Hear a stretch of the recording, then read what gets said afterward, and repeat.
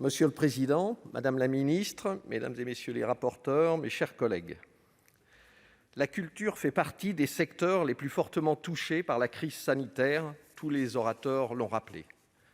C'est en effet un véritable baiser de rideau qui s'est abattu sur le monde culturel avec les conséquences économiques que l'on connaît.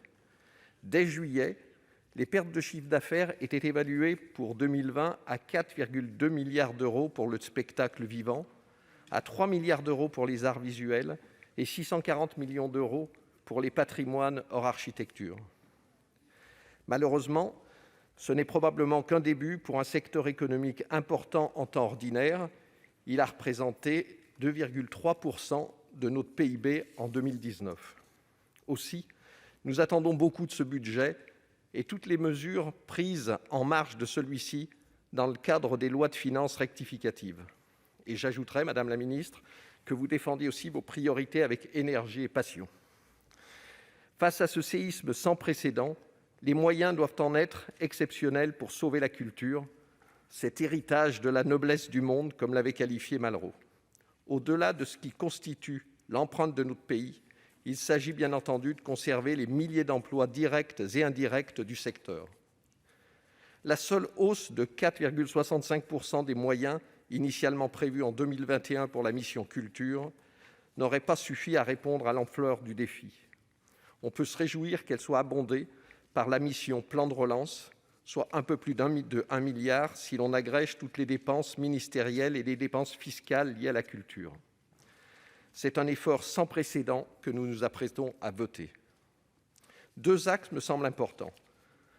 Maintenir les capacités du rayonnement culturel de la France par un soutien incontournable à ses opérateurs et impulser une dynamique profitable à tous les territoires.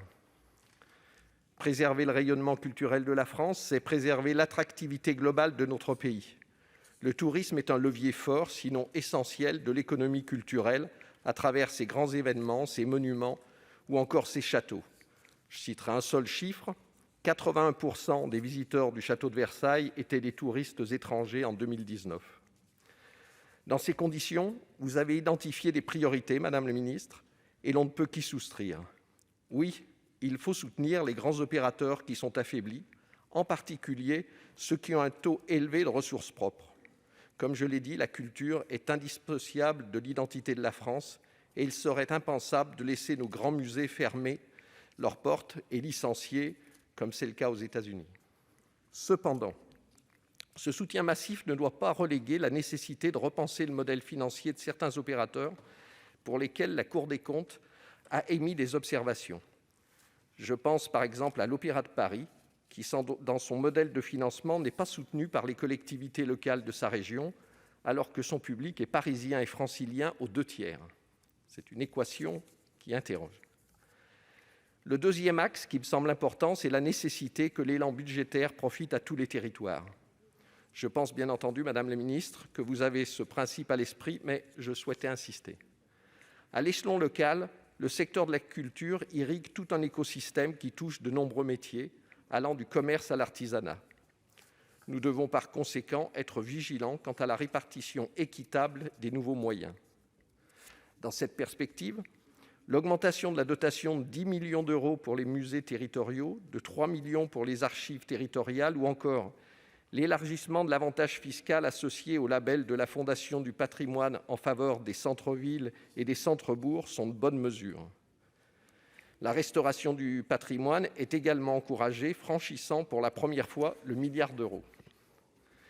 S'agissant de ce volet, nous comptons sur le Gouvernement pour que soit mise en œuvre la promesse d'au moins une opération par département. Je n'oublie pas non plus la question de la survie des festivals. Les crédits du fonds de soutien aux festivals ont été consommés. La dotation initiale de 10 millions d'euros n'a donc pas suffi. Le plan de relance réabonde de 5 millions.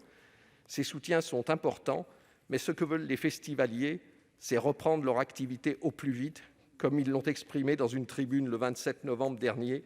Que leur répondez-vous, madame le ministre, ainsi qu'aux élus très attachés à leurs festivals locaux?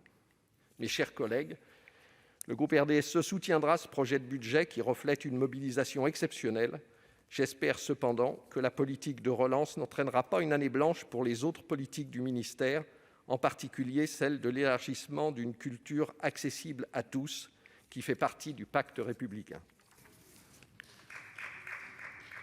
La parole est maintenant à Monsieur Pierre Ouzoulias du groupe CRCE.